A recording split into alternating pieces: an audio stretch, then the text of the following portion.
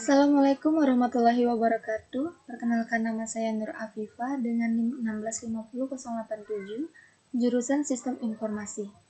Di sini saya akan mempresentasikan hasil penelitian saya yang berjudul Perancangan Aplikasi Penentuan Jurusan Siswa-siswi Madrasah Aliyah Negeri Tarakan dengan menggunakan metode algoritma ID3.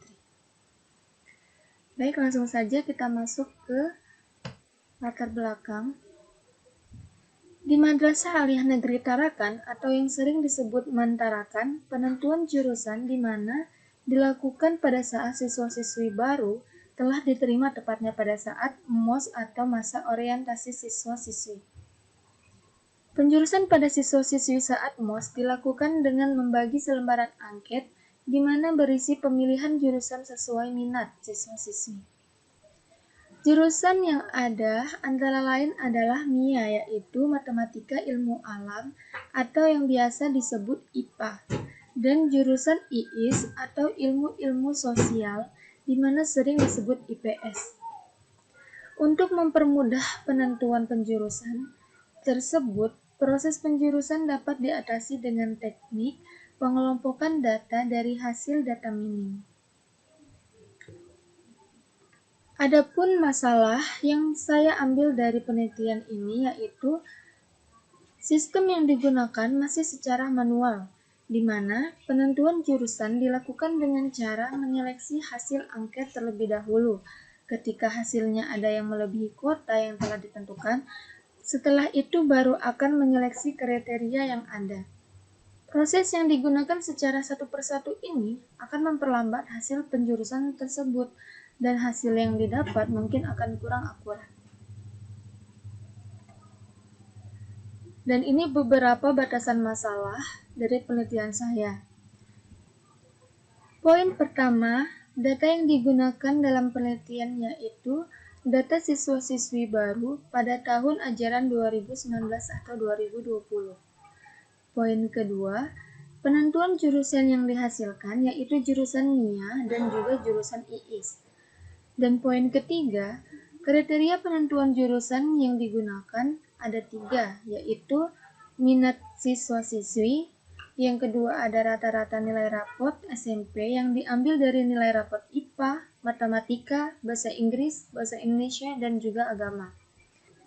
Dan yang ketiga ada kriteria jalur, yaitu jalur pendaftaran siswa-siswi baru yang terdiri dari jalur reguler, prestasi, gakin, paket, dan juga luar daerah. Dan yang terakhir atau poin keempat dari batasan masalah saya yaitu data yang saya gunakan sebanyak 144 siswa-siswi. Dan saya akan menjelaskan metode penelitian saya. Di dalam data mining juga mengalami fase seperti gambar tersebut. Yang membedakannya adalah pada data mining yang menjadi inputan yaitu himpunan data, dan prosesnya yaitu algoritma atau metode-metode dalam data mining itu sendiri. Untuk keluarannya atau outputnya adalah berupa pengetahuan dalam bentuk pola, decision tree, clustering, dan masih banyak yang lainnya.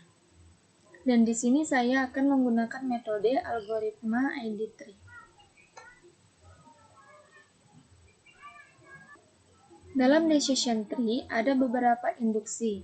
Pertama, dimulai dari node akar. Setelah itu yang kedua, semua fitur, hitung nilai entropi untuk semua sampel atau data latih pada node. Selanjutnya yang ketiga, pilih fitur dengan informasi gen yang terbesar. Lalu yang keempat, gunakan fitur tersebut sebagai model pemecahan menjadi cabang. Dan yang terakhir, lakukan secara rekursif pada setiap cabang yang dibuat dengan mengulangi langkah 2 sampai 4 hingga semua data dalam setiap node hanya memberikan satu label kelas. Dan node yang tidak dapat dipecahkan lagi merupakan daun yang berisikan keputusan atau hasil akhirnya. Entropi dapat dihitung menggunakan persamaan berikut, di mana P dalam kurung WI atau S adalah proporsi kelas ke I dalam semua data latih yang diproses di node S. Rumus tersebut didapat dari jumlah semua baris data dengan label kelas I dibagi jumlah baris semua data, sementara M adalah jumlah nilai perbedaan dalam data. Setelah itu, perhitungan gain. Gain digunakan untuk memperkirakan pemilihan fitur yang tepat untuk menjadi pemecahan pada node tersebut. Gain sebuah fitur ke-J dihitung menggunakan persamaan berikut, di mana P dalam kurung VI dibagi S adalah proporsi nilai V muncul pada kelas dalam node. ESI adalah entropi komposisi nilai V dari kelas ke-J dalam data ke I node tersebut, dan M adalah jumlah nilai berbeda dalam node. Selanjutnya saya akan mendemokan aplikasi yang telah saya buat.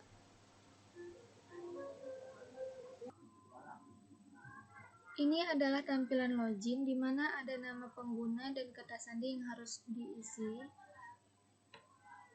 Misalkan min.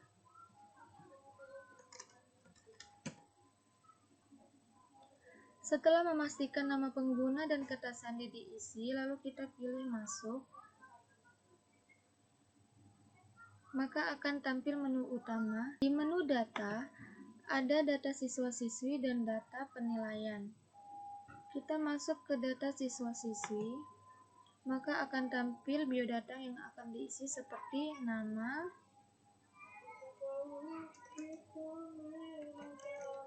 jenis kelamin, alamat,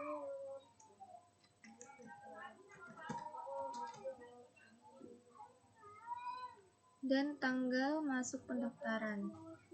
Misalkan 1 Rabu. Setelah itu, ketika data telah diisi, kita akan menekan tombol simpan, maka data berhasil disimpan. Setelah itu otomatis masuk ke dalam tabel data siswa-siswi.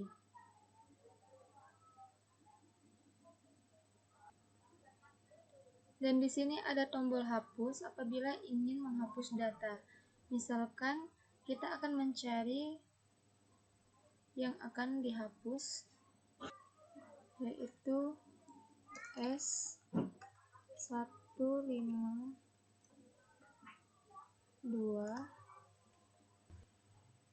Maka kita klik pada tabel tersebut, lalu tekan tombol hapus, maka data akan terhapus. Selanjutnya kita ke menu data penilaian. Selanjutnya, untuk mengisi data penilaian, kita akan memanggil data siswa terlebih dahulu. Misalkan S151, lalu tekan enter, maka otomatis tampil nama siswa. Setelah itu, kita mengisi data penilaian seperti jalur pendaftaran, nilai rapot, misalkan 2000, maka tampil grade seperti ini, yaitu SB adalah sangat baik, dan minat jurusan siswa. Setelah itu sama seperti data siswa, ketika ingin disimpan maka kita akan klik tombol simpan. Data berhasil disimpan, maka akan otomatis masuk ke tabel penilaian. Langsung saja kita ke menu perhitungan. Di menu ini ada perhitungan algoritma dan ID tree.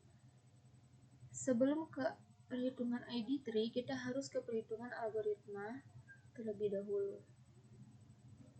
Di sini tampil perhitungan node 1. Di form ini ada 5 tabel, di mana tabel pertama ialah seluruh tabel data penilaian yang akan dihitung. Setelah itu tekan tombol tampil, maka akan tampil semua perhitungan, di mana di tabel 2, yaitu tabel perhitungan entropi keseluruhan. Di kolom total S, ialah berisi total jumlah keseluruhan data pemilihan. Di kolom MIA, yaitu jumlah keseluruhan siswa yang memilih jurusan MIA. Di kolom IIS, yaitu jumlah seluruh siswa yang memilih jurusan IIS. Dan di kolom entropi, yaitu hasil perhitungan entropi keseluruhan. Selanjutnya di tabel ketiga, yaitu perhitungan entropi dan gain untuk jalur, di mana kolom jumlah ialah total jumlah keseluruhan masing-masing jalur, dan di kolom MIA adalah jumlah masing-masing jalur yang memilih jurusan MIA. Begitu juga di kolom IIS adalah jumlah masing-masing jalur yang memilih jurusan IIS. Maka di kolom entropi adalah hasil masing-masing perhitungan entropi jalur, dan yang terakhir ada perhitungan gain untuk jalur. Selanjutnya untuk di tabel keempat dan tabel kelima ialah perhitungan entropi untuk nilai rapot dan minat. Perhitungannya sama seperti pada perhitungan entropi gain pada jalur. Setelah mendapatkan hasil gain, maka akan membandingkan hasil gain yang paling tertinggi, yaitu berada pada gain minat. Maka minat akan menjadi noda root atau noda akar. Setelah itu, lihat pada entropi minat. Jika masih belum ada yang bernilai 0, maka akan dihitung lagi, yaitu ada pada minat IIS. Lalu kita ke tombol selanjutnya untuk menghitung minat IIS. Maka perhitungan noda 2 menampilkan tabel penilaian yang minatnya bernilai IIS. Setelah itu akan dihitung, maka kita tekan tombol tampil. Ketika tampil, maka tampil perhitungan seperti di perhitungan noda pertama. Jika masih ada yang akan dihitung, maka kita akan ke tombol selanjutnya dan kita akan menghitung lagi sampai mendapatkan hasil akhir. Ketika semuanya telah terhitung, maka kita bisa ke perhitungan edit tree.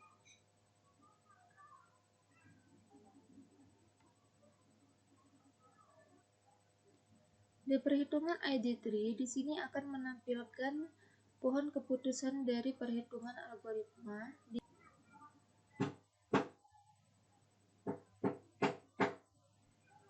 dan akan menampilkan sampai ke node akhir.